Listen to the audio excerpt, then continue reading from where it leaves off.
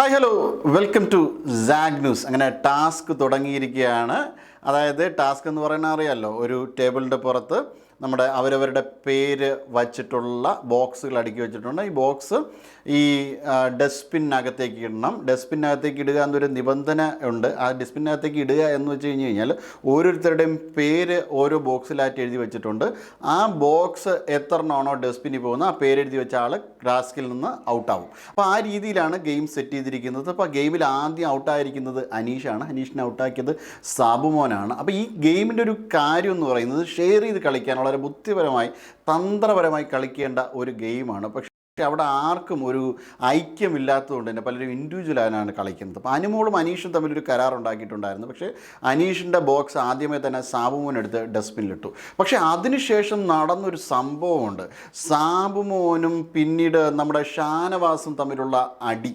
അപ്പോൾ ഷാനവാസ് ഇത്രയും വലിയ ഹെവി ഫിസിക്കൽ ടാസ്ക് ഒക്കെയാണ് ചെയ്യുന്നത്. ഇപ്പോൾ ഈ ഷാനവാസിന് ഹൃദ്രോഗമായിരുന്നു. ഈ ഷാനവാസിന് ഹാർട്ടിൽ വലിയ പ്രശ്നമുണ്ടായി, അന്ന് ബോധം കെട്ടൊക്കെ വീഴുന്നു എന്ന് പറയുന്നത് അഭിനയമാണോ എന്ന് സംശയിക്കേണ്ടിയിരിക്കുന്നു. അപ്പോൾ അത്തരത്തിലാണ് ഷാനവാസിൻ്റെ അവിടുത്തെ ഒരു പെർഫോമൻസ്. സാബുമോനെ ഫിസിക്കലായിട്ട് കൈകാര്യം ചെയ്യാൻ വരെ ഷാനവാസ് ശ്രമിക്കുന്നുണ്ട്.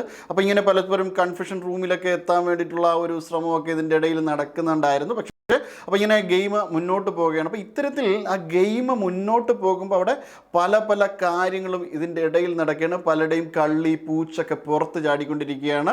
ആദിലയുടെ ബോക്സ് ആദ്യം തന്നെ അക്ബർ എടുത്ത് ഡസ്റ്റ്ബിന്നിൽ എറിഞ്ഞു. അതോടുകൂടി ആദില ഔട്ടായി വെച്ചെന്നിരുന്ന് മോങ്ങാൻ തുടങ്ങിയിട്ടുണ്ട്. അപ്പോൾ ഈ രീതിയിലൊക്കെ ഗെയിം മുന്നോട്ട് പോവുകയാണ്. പട്ടായ ഗേൾസിൻ്റെ കാര്യം അറിയാമല്ലോ. പട്ടായ ഗേൾസ് ആദ്യം തന്നെ അടിയുണ്ടാക്കി. അനുമോള് അതിൽ നിന്ന് സ്പ്ലിറ്റായി. അനുമോളുടെ ഗെയിം സ്ട്രാറ്റജിയുടെ ഭാഗമാണ് ഇവരുടെ കൂടിയത്. അനുമോൾക്ക് ഇപ്പം ഇവരെ നിന്ന് മാറണം എന്നൊക്കെയാണ് ആരോപണം.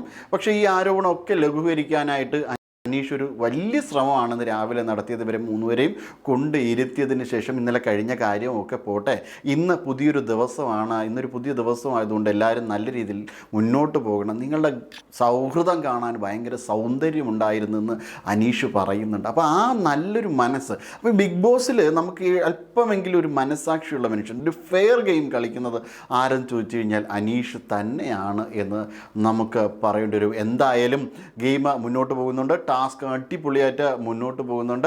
7ാമത്തെ സീസണിലെ കണ്ടന്റ് ഇല്ല എന്ന് ഇനി ആരും പറയില്ല. ഇനിയും കണ്ടന്റ് കിടക്കുകയാണ്.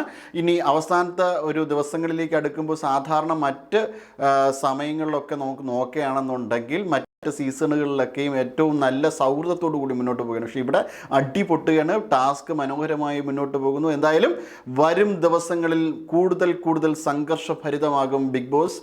കൂടുതൽ ഭംഗിയാകട്ടെ ബിഗ് ബോസ് എന്ന് ആണ് നമുക്ക് ചിന്തിക്കാൻ പറ്റുന്നത്. Zag news, Thiruvananthapuram. നേരിന്റെ വാർത്തകൾ നിങ്ങളുടെ വിരൽത്തുമ്പിലെത്താനായി സാഗ് ന്യൂസ് ചാനൽ സബ്സ്ക്രൈബ് ചെയ്തും ഷെയർ ചെയ്തും ഒരു ശരിയായ മാധ്യമ നിലപാടിനൊപ്പം നിൽക്കാൻ ഞങ്ങൾ നിങ്ങളെ ക്ഷണിക്കുന്നു.